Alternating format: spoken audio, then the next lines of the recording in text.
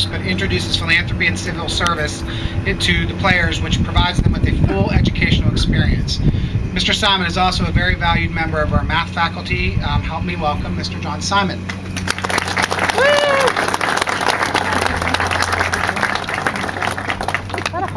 Thank you. Good afternoon to all of you. First, I must say that because I am a teacher, most of the students knew that we might get back for 7th period. They told me to make this speech as long as I could. So it's only about 70 minutes long. I hope you brought a Snickers bar and a bottle of water. Lo, there do I see my father. Lo, there do I see my mother, my sisters, and my brothers. Lo, there do I see the line of my people, back to the beginning, calling me to join them, bidding me to take my place among them in the halls of Valhalla, where the brave may live forever. Anybody know what that is? Okay, it's a prayer. It's a Viking prayer. It was customary that when a Viking went down, lost his life in battle, that they would repeat this in the hopes that he would go on to Valhalla, a place where everyone lives forever. This Norse Viking death prayer once again was repeated many times, and they saw their brothers go down. As I look across this field, I realize that Owens Field has been a Viking battlefield since the merger in the 60s. And I find it appropriate to repeat this saying, because of course it is, in my eyes, gone and passed away.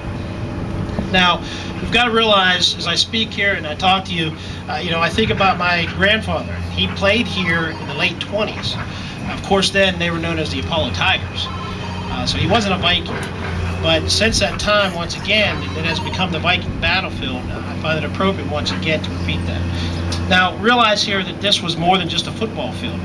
I know as a child, when I grew up, there's many times that I would, from my home down in Warren Avenue, down by the old Numac factory and mill down there, to look up over the hill and see the lights. And I asked my grandfather, what's going on up there? He would say, it's football. Football's going on. Or some event was going on. Because once again, it wasn't just for football. Many football players have passed and gone through this. I myself, as a graduate of 1984, played on this field. But as I stated before, other organizations used it. Baseball used to use it. Sometimes when they were in a bind, they would actually play the games on it. In fact, I broke my nose playing baseball on that field. Lost the ball in the sun. Smacked me right in the face. Proved my looks, didn't it, dear?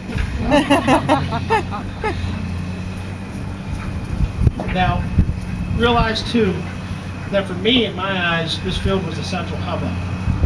Not only, once again, did we have football, but there were many things there. 4th of July celebration, moon landing celebration.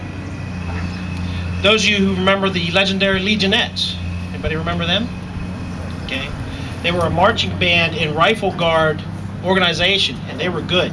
They would practice here. I remember my oldest sister bringing me here at night, and I loved it because it was an opportunity for me, because they'd have practice during the week, and it was a good opportunity for me to be past my bedtime. I loved it. Elementary schools use this. Those, once again, remember, we had 6 elementary schools, and they used to use it as a track and field event in the spring, and kids looked forward to it. It was exciting. It was an exciting day. Yes, we beat Horrell Elementary School. We beat North Apollo, Jackson, okay, Sunnyside. Okay, that was great. Once again, it was more than just a football field.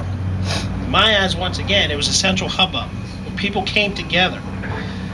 It was not just for a fleeting moment, a football game or fireworks, but once again, it was a time for people to bond again in their friendships, people you hadn't seen in years, to become 16 again, sharing a boat of French fries with your brother or sister and hating it. Remembering that first kiss under the bleachers, and then realizing time stood still. And knowing that when you left Owens Field, that you can come back the next day and it'll start all over again.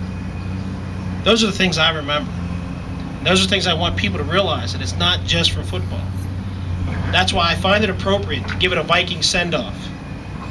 And just like a caterpillar that turns into a butterfly, this is not the end. It's just a metamorphosis. It's going to go into something new.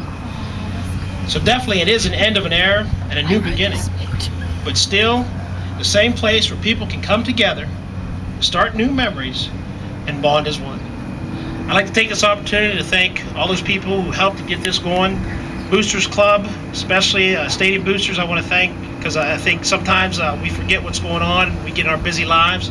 I think they gave us a little bit of a kick to realize we have to redo this facility. I want to also thank the band for their untiring being there at the field, playing, practicing there all the time. Don Vrolan, what he does with those kids is awesome. Bill Duff as well, with the people singing for chorus. I also want to thank the community. I want to thank the board members once again for taking this in hand, especially Jim Carnahan. What a great job he's done. He knows I've been getting on his back all the time, and nobody likes a black guy coming up behind you all the time. And finally, I'd like to thank the most important person in my life who's really helped me through this whole thing each day to deal with the football problems, the baseball problems, who helped me whenever I pull the hair out of my head. And that's the number one person in my life, Jennifer Simon, my wife. So give thanks to her. He has no hair on. At this time, I'd like to introduce two young men who are on the football team. They're going to come up and they're going to talk a little bit about their project that they're doing alongside with the football field and its renovation. And that is Mr. Marcus Hepler and Mr. Zach Hill.